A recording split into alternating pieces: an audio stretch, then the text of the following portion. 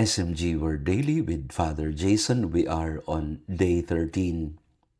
Hindi pinatatahimik ni Jesus ang tao. Pinatatahimik niya ang tinig na umaalipin sa tao.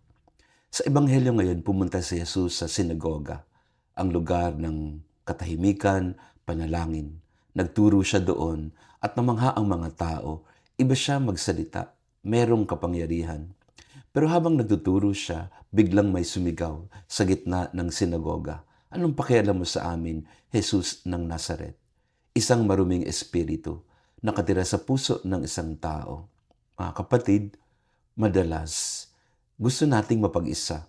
Gusto nating pumasok sa ating mga sinagoga, manahimik, magdasal, magnilay, maghanap ng direksyon, humihingi ng tulong. Pero minsan sa gitna ng ating katahimikan at pagdarasal, may sumisigaw sa atin. Bakit mo hinahawakan ng sakit ko? Bakit mo binubuksan ang mga alaala? Bakit mo dinadala ang katotohanang ayaw kong harapin?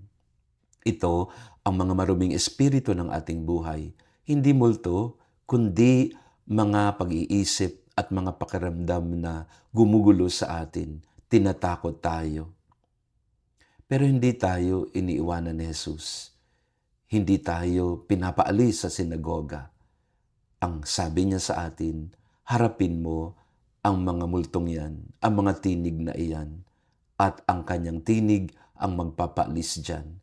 Sasabihin ni Jesus, tumahimik ka, lumayas ka sa Kanya. Hindi pinatatahimik ni Jesus ang tao. Pinatatahimik niya ang mga tinig na umaalipin sa Kanya. Meron tayong tinig. Kailangan pa ulit-ulit tayo magdasal, ipahayag sa Panginoon ang ating nararamdaman. Ngunit kailangan makinig din tayo kay Jesus. Pag sinabi niyang tumahimik ka, hindi ikaw ang pinatatahimik.